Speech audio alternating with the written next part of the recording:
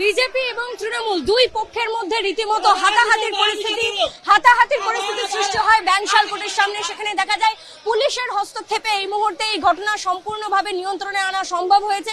যদিও বা যখন 42 নম্বর ওয়ার্ডের কাউন্সিলর যে মহেশ শর্মা তাকে যখন ভিতরে নিয়ে আসা হয় তখন কিন্তু দেখা যায় তাকে ঘিরে চোর চোর স্লোগান।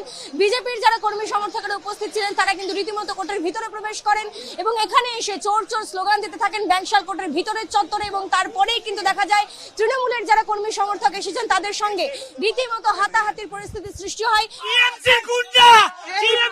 এই বানশাল কোর্টের ভিতরে টিএমসির গুন্ডা বাহিনী আছে, আমাদের লোকের মারপিট করছে। আমরা আগে বলেছি আমাদের দলকে বলেছি কারা হাত ছাড়বে না।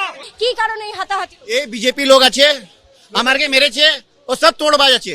কাউন্সিলর তাকে একাধিক অভিযোগে কিন্তু গ্রেফতার করা হয়। আজকে যখন ব্যাংশাল কোর্টে তাকে পেশ করা হচ্ছে সেই মুহূর্তে তাকে নিয়ে আসার সময় দেখা যায় রীতিমতো বিজেপির কর্মী সমর্থকেরা তারা ব্যাংশাল কোর্টের বাইরে উপস্থিত ছিলেন, তারা রীতিমতো চোর চোর স্লোগান তোলেন এবং তারই পরে তৃণমূলের কর্মী সমর্থক এবং বিজেপির কর্মী সমর্থকদের মধ্যে এই কোর্টের ভিতরের চত্বরে কিন্তু রীতিমতো হাতাহাতির পরিস্থিতি সৃষ্টি হয়।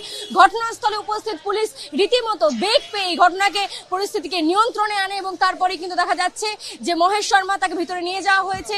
আজকে কিন্তু মহেশ শর্মাকে ব্যাংশাল কোর্টে পেশ করা হচ্ছে এবং তারই সঙ্গে এই ঘটনাকে কেন্দ্র করে ব্যাংশাল কোর্ট চত্বর রীতিমতো উত্তপ্ত হয়ে ওঠে। ক্যামেরায় প্রীতম চক্রবর্তীর সঙ্গে ইসু মুখোপাধ্যায়, এবিপি আনন্দ, কলকাতা।